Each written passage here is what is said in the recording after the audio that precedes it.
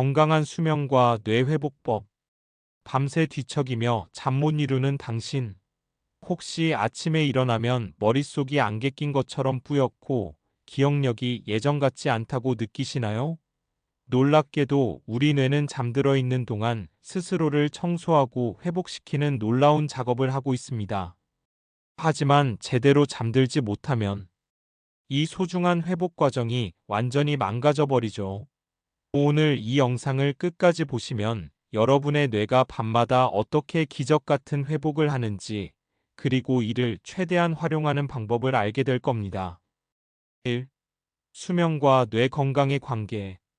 여러분, 잠들어 있는 동안 우리 뇌에서는 정말 놀라운 일이 벌어지고 있다는 사실을 아시나요? 65세 김영희 할머니의 이야기를 들어보겠습니다. 김할머니는 몇 달 전부터 밤에 잠들기 어려워하셨어요. 나이가 들어서 그런가 보다 하며 대수롭지 않게 생각하셨죠. 그런데 점점 이상한 일들이 벌어지기 시작했습니다. 아침에 일어나면 머리가 무겁고 손자 이름을 깜빡하는 일이 잦아졌어요. 냉장고 앞에 서서 뭘 꺼내려 했는지 기억이 나지 않았고, 평소 쉽게 풀던 십자말 풀이도 어려워졌습니다. 병원을 찾은 김할머니에게 의사는 충격적인 이야기를 해주었어요. 할머니, 잠을 제대로 못 주무시면 뇌가 독소를 제대로 배출하지 못합니다. 마치 쓰레기를 치우지 않은 집처럼 뇌가 더러워지는 거예요. 실제로 2013년 로체스터 대학교의 연구팀이 발견한 놀라운 사실이 있습니다. 우리가 깊은 잠에 빠져 있을 때 뇌척 수액이 뇌 전체를 씻어내듯 흘러가면서 하루 종일 쌓인 노폐물을 청소한다는 것이죠. 이를 글림파틱 시스템이라고 부르는데, 마치 뇌의 하수도 시스템과 같은 역할을 합니다. 여기서 정말 놀라운 건 이 청소 과정이 깨어 있을 때는 거의 일어나지 않는다는 점입니다. 깊은 잠에 빠져야만 뇌세포들이 60% 정도 수축하면서 뇌척 수액이 자유롭게 흘러갈 수 있는 공간을 만들어줍니다. 마치 교통체증이 해소된 도로에서 청소차가 자유롭게 움직일 수 있는 것처럼 말이에요. 더욱 무서운 사실은 이 청소 과정이 제대로 이루어지지 않으면 어떻게 되는지입니다. 아밀로이드 베타라는 독성 단백질이 뇌에 쌓이기 시작해요. 이 물질은 알츠하이머병의 주범으로 알려져 있습니다. 즉, 잠을 제대로 자지 못하면 치매 위험이 급격히 높아진다는 뜻이죠. 실제로 워싱턴 대학교의 연구에 따르면 단 하룻밤만 잠을 제대로 자지 못해도 뇌에서 아밀로이드 베타 수치가 5% 증가한다고 합니다. 만성적으로 잠을 못 자는 사람들의 경우 이 수치가 훨씬 더 높게 나타났어요. 김할머니는 이 설명을 듣고 깜짝 놀라셨습니다. 그럼 내 뇌가 지금 더러워지고 있다는 말인가요? 의사는 고개를 끄덕이며 말했어요. 하지만 다행히 아직 늦지 않았습니다. 수면의 질을 개선하면 뇌의 자가 청소 기능을 되살릴 수 있어요. 그런데 수면이 뇌 건강에 미치는 영향은 여기서 끝이 아닙니다. 잠을 자는 동안 우리 뇌는 기억을 정리하고 강화하는 작업도 합니다. 하루 동안 경험한 수많은 정보들 중에서 중요한 것은 장기 기억으로 옮기고 불필요한 것은 삭제하는 거죠. 이 과정은 주로 깊은 잠 단계에서 일어납니다. 뇌파가 천천히 진동하면서 해마에서 대뇌피질로 기억이 이동해요. 마치 임시 저장소에서 영구 저장소로 파일을 옮기는 것과 같습니다. 이때 필요 없는 기억들은 자동으로 삭제되면서 뇌의 저장 공간을 확보하죠. 70세 박철수 할아버지는 이런 경험을 하셨습니다. 젊을 때부터 불면증에 시달리셨는데 특히 은퇴 후에는 더욱 심해졌어요. 밤에 잠들기 어려웠고 새벽에 일찍 깨는 일이 반복됐습니다. 그러자 점점 기억력이 나빠지기 시작했어요. 며칠 전에 했던 약속을 깜빡하거나 책을 읽어도 내용이 머릿속에 들어오지 않았습니다. 더 심각한 건 감정 조절이 어려워진 것이었어요. 사소한 일에도 화를 내거나 갑자기 우울해지는 일이 잦아졌습니다. 가족들은 할아버지가 예전 같지 않다며 걱정하기 시작했어요.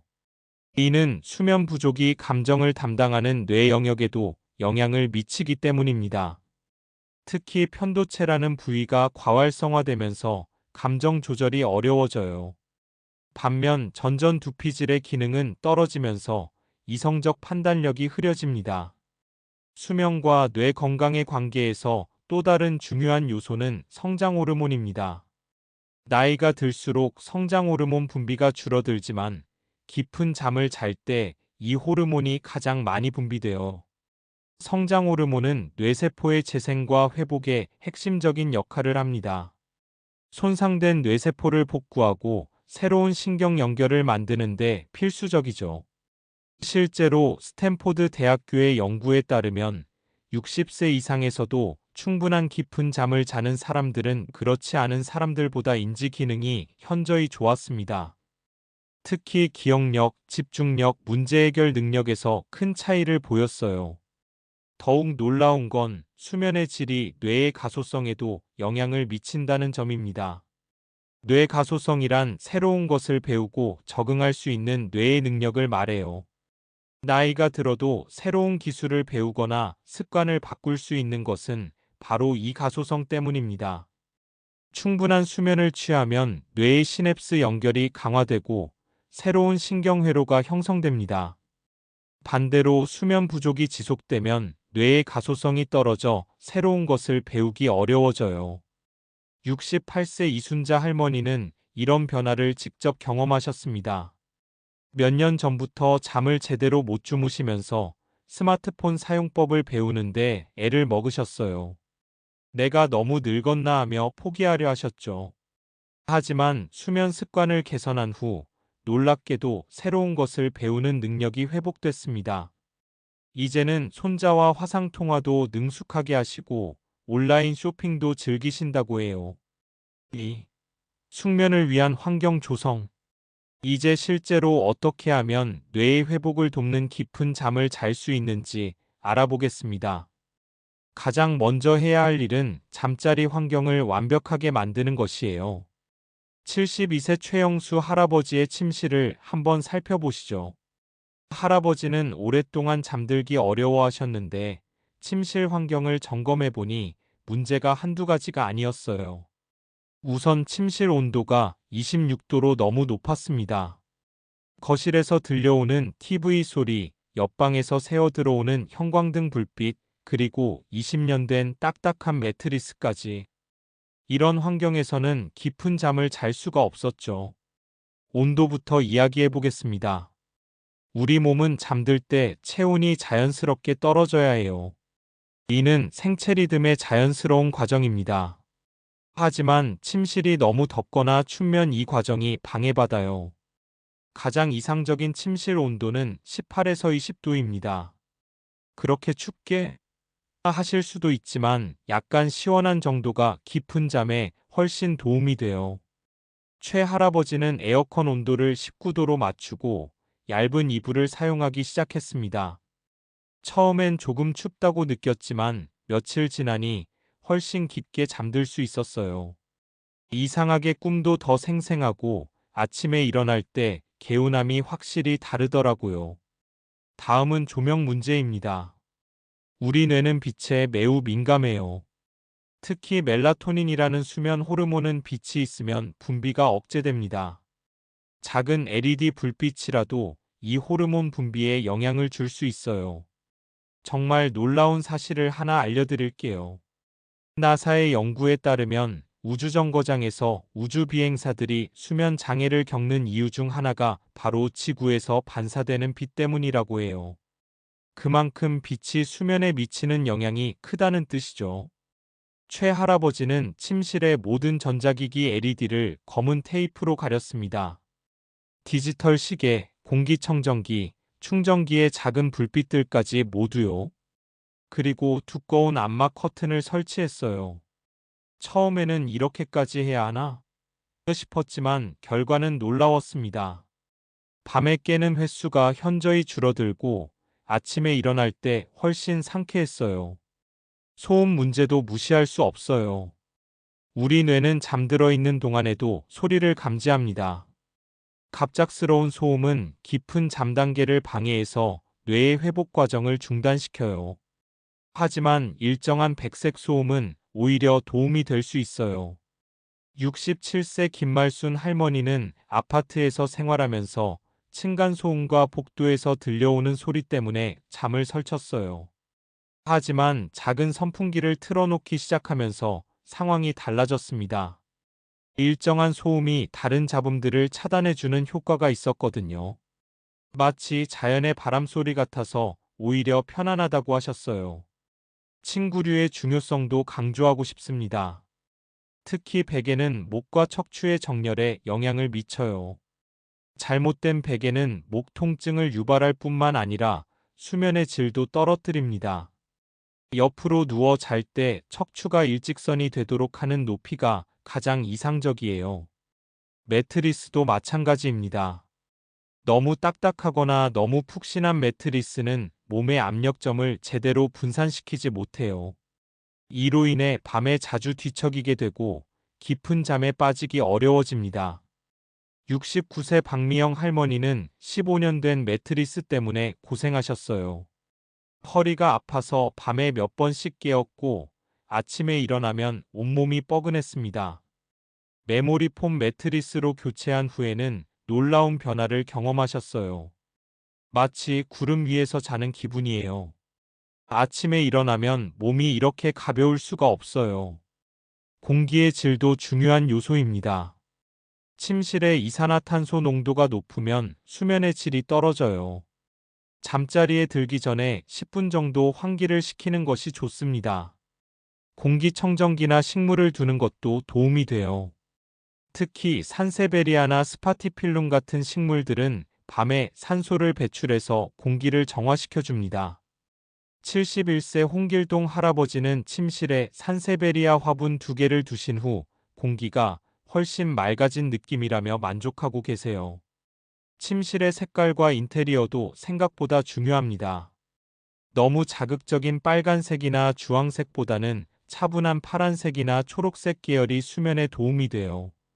심리학적으로 이런 색깔들이 마음을 안정시키는 효과가 있거든요. 65세 이영희 할머니는 침실 벽지를 연한 라벤더색으로 바꾸고 따뜻한 간접 조명을 설치하셨어요. 침실에 들어가면 마음이 저절로 차분해져요. 예전에는 침대에 누워도 이런저런 생각 때문에 잠들기 어려웠는데 이제는 훨씬 빨리 잠이 와요. 마지막으로 침실을 오직 잠자는 공간으로만 사용하는 것이 중요해요. TV 시청, 스마트폰 사용, 업무 등을 침실에서 하면 뇌가 침실을 잠자는 공간으로 인식하지 못하게 됩니다. 침실은 오직 수면과 휴식만을 위한 공간이어야 해요. 3. 수면 전 습관. 환경을 완벽하게 만들었다면 이제 잠들기 전 습관을 점검해 봐야 합니다. 많은 분들이 놓치는 부분인데 잠들기 2에서 3시간 전부터 하는 행동들이 수면의 질을 크게 좌우해요. 74세 조병수 할아버지의 하루 일과를 살펴보겠습니다. 할아버지는 밤 10시에 잠자리에 들고 싶어 하셨지만 매일 밤 2시간 넘게 뒤척이며 잠들지 못하셨어요. 그런데 하루 일과를 자세히 살펴보니 문제점들이 보였습니다. 저녁 8시까지 TV를 시청하시고 9시에 저녁 식사를 하신 후 바로 잠자리에 드셨거든요. 게다가 오후 3시쯤 습관적으로 커피 한 잔을 마시셨고요. 이런 패턴으로는 깊은 잠에 빠지기 어려울 수밖에 없었어요. 먼저 카페인 문제부터 해결해야 했습니다. 카페인이 우리 몸에서 완전히 분해되는 데는 6에서 8시간이 걸려요. 오후 3시에 마신 커피의 카페인이 밤 10시까지도 영향을 미치는 거죠. 더욱이 나이가 들수록 카페인 분해 속도가 느려져서 영향이 더 오래 지속됩니다. 조 할아버지는 오후 1시 이후로는 카페인 섭취를 완전히 끊으셨어요. 처음에는 오후에 졸리고 힘들었지만 일주일 정도 지나니 적응이 됐습니다. 그리고 밤에 잠들기가 훨씬 쉬워졌어요. 식사 시간도 중요한 요소입니다. 잠들기 3시간 전에는 식사를 끝내는 것이 좋아요. 소화 과정은 우리 몸에 상당한 에너지를 요구하거든요. 위가 음식을 소화하느라 바쁠 때는 깊은 잠에 빠지기 어려워집니다. 특히 기름진 음식이나 매운 음식은 더욱 피해야 해요. 이런 음식들은 소화가 어려워서 밤새 위장이 일해야 하거든요. 73세 김춘자 할머니는 저녁에 자주 치킨이나 중국 음식을 드셨는데 이후 속이 더부룩해서 잠을 설치는 일이 많았어요. 하지만 너무 배가 고픈 상태로 잠자리에 드는 것도 좋지 않아요. 배고픔 때문에 잠에서 깰 수 있거든요. 만약 저녁 식사 후 시간이 많이 흘렀다면 가벼운 간식을 드시는 것이 좋습니다. 특히 트립토판이 함유된 음식들이 도움이 돼요. 우유, 바나나, 견과류, 터키 고기 등에 들어있는 트립토판은 세로토닌과 멜라토닌 생성을 촉진시켜 수면에 도움을 줍니다. 따뜻한 우유 한 잔은 단순히 위안이 되는 것이 아니라 실제로 과학적인 근거가 있는 수면 보조제인 셈이에요. 67세 박정희 할머니는 잠들기 1시간 전에 따뜻한 캐모마일 차를 드시기 시작했어요. 캐모마일에는 아피제닌이라는 성분이 들어있는데 이것이 뇌의 벤조디아제핀 수용체에 결합해서 진정 효과를 나타냅니다. 차를 마시고 나면 마음이 편안해져서 자연스럽게 잠이 와요. 운동 시간도 중요합니다. 규칙적인 운동은 수면의 질을 높여주지만 잠들기 3시간 전에는 격렬한 운동을 피해야 해요. 운동으로 인해 체온이 올라가고 아드레날린이 분비되면서 각성 상태가 지속되거든요. 75세 최만수 할아버지는 저녁 산책이 취미셨는데 밤 9시에 빠른 걸음으로 1시간씩 걷고 오셨어요. 운동 자체는 좋았지만 시간이 문제였죠. 산책 시간을 오후 6시로 앞당기자 밤에 훨씬 쉽게 잠들 수 있었습니다. 스마트폰과 TV 시청도 큰 문제입니다. 화면에서 나오는 블루라이트는 멜라토닌 분비를 억제해요. 특히 침대에서 스마트폰을 보는 습관은 정말 위험합니다. 뇌가 침대를 잠자는 공간이 아닌 활동하는 공간으로 인식하게 되거든요. 68세 이철민 할아버지는 침대에 누워서 뉴스를 보는 습관이 있었어요. 하루 종일 뭔 일이 있었나 확인하려고 하신다면서요. 하지만 뉴스는 대부분 자극적이고 부정적인 내용들이 많아서 마음을 불안하게 만들어요. 이런 상태로는 평온한 잠에 빠지기 어렵죠. 대신 잠들기 전 1시간을 디지털 해독 시간으로 정하는 것이 좋습니다. 모든 전자기기를 끄고 차분한 활동들을 하는 거예요. 독서, 명상, 가벼운 스트레칭, 일기 쓰기 같은 것들 말이에요. 70세 한영숙 할머니는 잠들기 전 감사일기를 쓰기 시작했어요. 하루 중 감사했던 일 3가지를 적는 간단한 습관이었는데 이것이 놀라운 변화를 가져왔습니다. 부정적인 생각들이 줄어들고 마음이 평온해져서 잠이 잘 와요. 목욕이나 샤워도 효과적인 수면 준비 방법입니다. 따뜻한 물로 몸을 데운 후 시원한 공기에 노출되면 급격한 체온 변화가 일어나면서 졸음이 유발돼요. 이는 우리 몸의 자연스러운 생체 리듬과 같은 패턴입니다. 72세 김영철 할아버지는 잠들기 1시간 전에 따뜻한 목욕을 하기 시작했어요. 라벤더 오일을 몇 방울 떨어뜨린 따뜻한 물에 20분 정도 몸을 담그면 온몸이 이완되면서 자연스럽게 잠이 와요. 마지막으로 수면 의식을 만드는 것이 중요합니다. 매일 같은 시간에 같은 순서로 하는 행동들이 뇌에게 이제 잠잘 시간이다라는 신호를 보내는 거예요. 이를 수면 의식이라고 부릅니다. 사부 낮잠과 수면 리듬 관리. 여러분, 혹시 오후 2시쯤 되면 갑자기 눈꺼풀이 무거워지면서 머리가 멍해지는 경험 있으신가요? 이건 단순히 점심을 많이 먹어서가 아닙니다. 우리 뇌에는 정교한 생체 시계가 작동하고 있고 오후 시간대는 자연스럽게 각성도가 떨어지는 시간이거든요. 저는 몇 년 전까지만 해도 낮잠을 게으름의 상징이라고 생각했습니다. 하지만 스페인의 시에스타 문화를 연구하던 중 충격적인 사실을 발견했죠. 규칙적으로 낮잠을 자는 지중해 연안 사람들의 치매 발병률이 다른 지역보다 현저히 낮다는 것이었어요. 단순한 우연이 아니었습니다. 나사에서 실시한 실험이 이를 뒷받침합니다.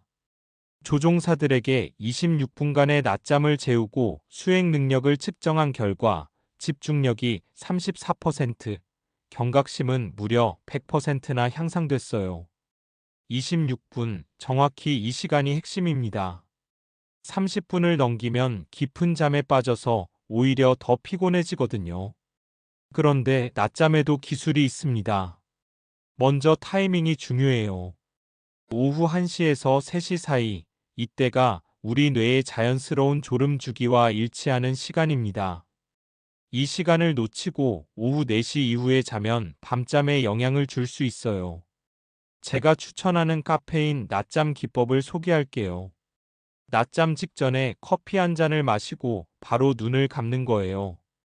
카페인이 혈류에 흡수되는데 약 20분이 걸리니까 깨어날 때쯤이면 카페인 효과와 낮잠의 회복 효과가 동시에 나타나 더욱 개운한 각성을 경험할 수 있습니다.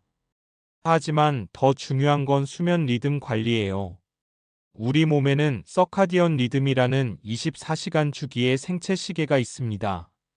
이 시계를 정확하게 맞추는 것이 깊은 잠의 열쇠죠. 가장 강력한 리듬 조절 도구는 바로 빛입니다. 아침에 일어나자마자 15분 정도 햇빛을 쬐세요. 이때 우리 눈의 특수한 세포가 빛을 감지해서 뇌의 시상하부에 지금이 아침이야라는 신호를 보냅니다. 그러면 멜라토닌 분비가 억제되고 활동 모드로 전환되죠.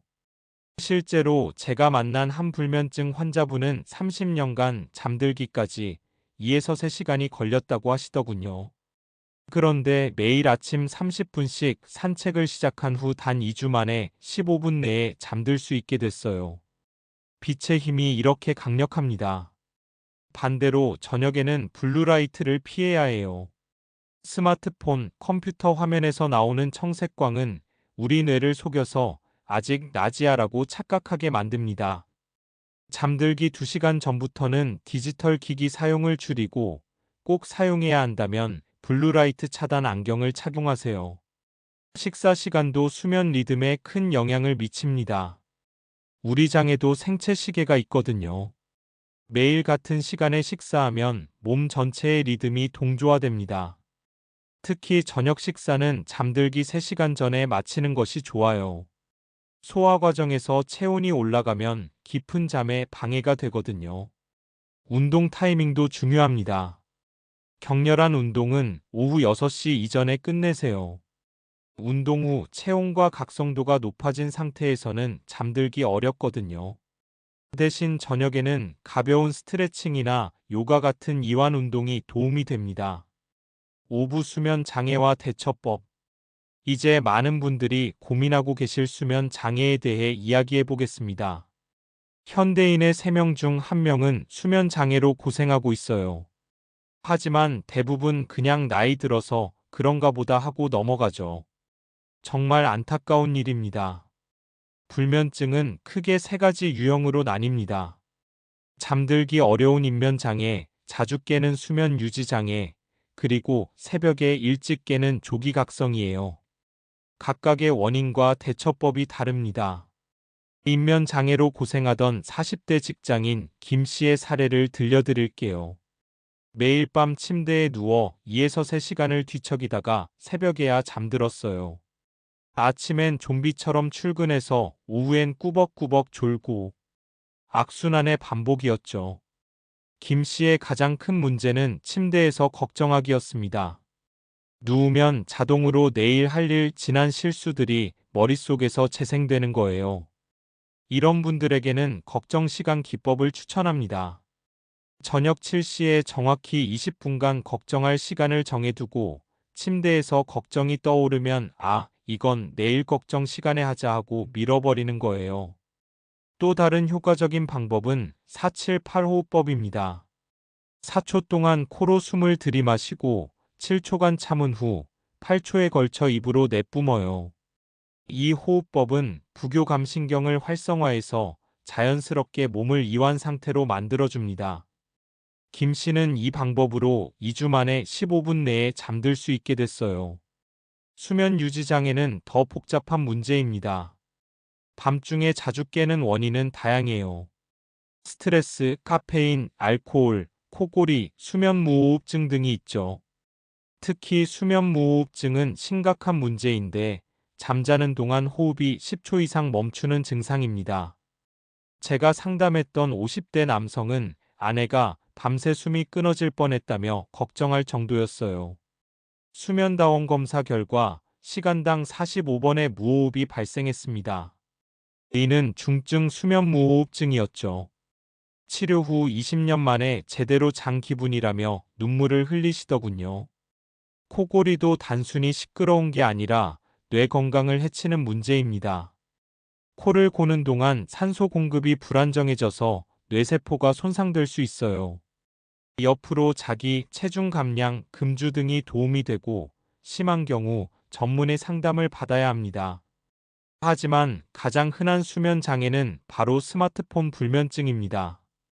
침대에서 스마트폰을 보는 습관 때문에 잠이 안 오는 거예요. 스마트폰의 청색광이 멜라토닌 분비를 억제할 뿐만 아니라 자극적인 콘텐츠가 뇌를 흥분 상태로 만들거든요. 이 문제의 해결책은 의외로 간단합니다. 침실에서 스마트폰을 완전히 분리하는 거예요. 알람이 필요해서 라고 하시는 분들이 많은데 5,000원짜리 알람 시계를 사는 게 몇십만 원짜리 수면제보다 훨씬 효과적입니다. 수면제에 대한 오해도 많아요. 중독될까봐 무섭다고 하시는데 현재 사용되는 수면제들은 예전보다 훨씬 안전합니다. 다만 근본적인 해결책은 아니에요. 수면제는 응급처치일 뿐 수면 위생을 개선하는 것이 진짜 치료법입니다. 자연요법도 효과가 있어요. 라벤더 향은 과학적으로 입증된 수면 보조제입니다.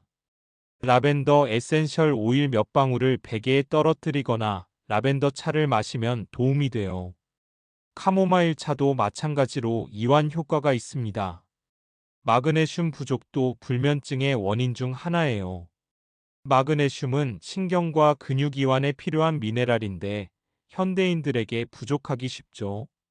견과류, 녹색 채소, 바나나 등을 통해 섭취할 수 있고 필요시 영양제로 보충해도 좋습니다. 육부 수면과 뇌 회복 성공 사례. 이제 실제로 수면을 통해 뇌 건강을 회복한 놀라운 사례들을 소개해 드리겠습니다. 이 이야기들은 단순한 성공담이 아니라 여러분도 충분히 경험할 수 있는 현실적인 변화들입니다. 첫 번째는 65세 퇴직 교사 박 선생님의 이야기입니다. 박 선생님은 퇴직 후 점점 기억력이 나빠져서 치매를 걱정하고 계셨어요. 손자 이름을 깜빡하고 어제 뭘 했는지도 기억이 안 날 정도였죠. 병원에서 검사를 받았지만 나이 들어서 그런 것 같다는 애매한 답변만 들었어요. 그런데 우연히 수면 상담을 받게 됐고 놀라운 사실이 드러났습니다. 박 선생님은 매일 밤 평균 4에서 5시간밖에 못 주무시고 계셨던 거예요. 퇴직 후 생활 리듬이 무너지면서 늦게 자고 일찍 일어나는 패턴이 굳어진 거였죠. 저희는 박 선생님께 엄격한 수면 스케줄을 제안했습니다. 밤 10시 취침, 오전 6시 기상. 처음엔 그렇게 일찍 잘 수 없다며 저항하셨지만 가족들의 설득으로 3주간 시도해 보기로 했어요. 변화는 생각보다 빨랐습니다. 첫 주에는 잠들기 어려워하셨지만 아침 햇빛 산책과 저녁 스마트폰 금지를 실천하면서 점차 리듬을 찾아갔어요. 3주 후 박 선생님이 눈을 반짝이며 말씀하시더군요. 어제 손자하고 뭘 했는지 다 기억나요. 6개월 후 박 선생님은 완전히 다른 사람이 되셨어요. 기억력은 물론이고 판단력, 집중력도 눈에 띄게 향상됐죠. 심지어 새로운 취미인 서예까지 시작하셨어요. 50년간 교직 생활하면서도 이렇게 머리가 맑았던 적은 없었다고 하시더군요. 두 번째는 30대 IT 개발자 이모 씨의 사례입니다. 이 씨는 창업을 준비하며 매일 새벽 3시까지 코딩을 했어요. 커피로 버티며 잠은 죽어서 자면 된다는 마인드였죠. 하지만 6개월 후 심각한 문제가 발생했습니다.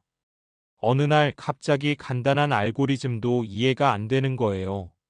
10분이면 풀 수 있는 문제에 2시간을 써도 해결이 안 됐죠. 더 무서운 건 감정 조절이 안 된다는 거였어요. 사소한 버그 하나에도 화가 치솟고 동료들과 자꾸 충돌했습니다. 결국 번아웃이 왔고 병원에서 신경계 과로라는 진단을 받았어요. 의사는 약물 치료와 함께 수면 습관 개선을 강력히 권했습니다. 처음엔 시간이 아까워서라며 거부했지만 더 이상 일을 할 수 없는 상황이 되자 마지못해 따르기로 했죠. 가장 힘든 건 일찍 자는 습관을 만드는 것이었어요. 밤 12시 이전 취침을 목표로 했는데 며칠은 새벽 2시까지 뒤척이기만 했습니다. 하지만 점차 몸이 적응하기 시작했어요. 놀라운 변화는 2주 후부터 나타났습니다. 아침에 일어났을 때 머리가 맑아지는 걸 느꼈어요. 복잡한 코드도 예전처럼 술술 읽혔고 창의적인 아이디어도 샘솟기 시작했죠. 3개월 후에는 동료들이 완전히 다른 사람 같다고 할 정도였어요. 이 씨는 지금 성공적으로 회사를 창업해서 운영하고 있습니다. 그때 수면의 중요성을 깨닫지 못했다면 지금의 성공은 없었을 것이라고 회고하더군요. 무엇보다 삶의 질이 완전히 달라졌다는 점을 강조했어요. 세 번째는 고등학생 김모 군의 이야기입니다. 김 군은 명문대 진학을 위해 매일 새벽 1-2시까지 공부했어요. 하지만 성적은 오르기는커녕 자꾸 떨어졌죠. 수업 시간에 졸고 집중력은 떨어지고 암기한 내용도 금방 까먹었어요. 어머니는 더 열심히 해야 한다며 학원을 더 보냈지만 상황은 악화될 뿐이었습니다. 그러다 진로 상담 중에 수면 전문가를 만나게 됐고 근본적인 문제를 발견했어요. 김 군은 만성적인 수면 부족으로 뇌의 학습 능력이 심각하게 저하된 상태였던 거예요. 전문가는 과감한 제안을 했습니다. 공부 시간을 줄이고 잠자는 시간을 늘려보자. 김 군과 어머니는 처음엔 말도 안 된다며 반대했지만 성적이 계속 떨어지는 상황에서 마지막 방법이라고 생각하고 따르기로 했어요. 새로운 스케줄은 이랬습니다. 밤 11시 취침, 오전 6시 기상으로 7시간 수면을 확보했어요. 대신 공부 시간은 4시간 줄었죠. 김 군은 이러면 더 떨어질 텐데라며 불안해했습니다. 하지만 결과는 정반대였어요. 첫 번째 시험에서 평균 15점이 올랐습니다. 더 중요한 건 공부할 때의 집중도였어요. 예전에 3시간 걸리던 내용을 1시간 30분 만에 이해했고 암기 속도도 2배 빨라졌죠. 6개월 후 김 군은 전교 20등에서 3등으로 급상승했습니다. 수능에서도 목표했던 점수보다 50점 높은 점수를 받아 원하는 대학에 합격했어요. 김 군은 잠이 곧 실력이라는 걸 깨달았다며 후배들에게도 충분한 수면을 강조하고 있습니다. 오늘부터 시작하는 뇌회복 여행. 여기까지 함께 해주신 여러분, 정말 고생하셨습니다. 우리는 지금까지 수면이 단순한 휴식이 아니라 뇌를 치유하고 재생시키는 가장 강력한 치료제라는 사실을 확인했습니다. 기억하세요. 여러분의 뇌는 매일 밤 놀라운 일들을 해냅니다. 낮 동안 쌓인 독소를 청소하고 중요한 기억을 정리해서 저장하고 손상된 세포를 복구하고 내일을 위한 에너지를 충전해요. 이 모든 마법 같은 일들이 여러분이 깊이 잠든 사이에 일어나고 있는 거예요. 하지만 현실은 어떤가요? 우리는 수면을 가장 먼저 포기하고 가장 늦게 챙기고 있습니다. 바빠서 할 일이 많아서 재밌는 영상이 있어서 온갖 이유로 소중한 수면 시간을 깎아내고 있죠.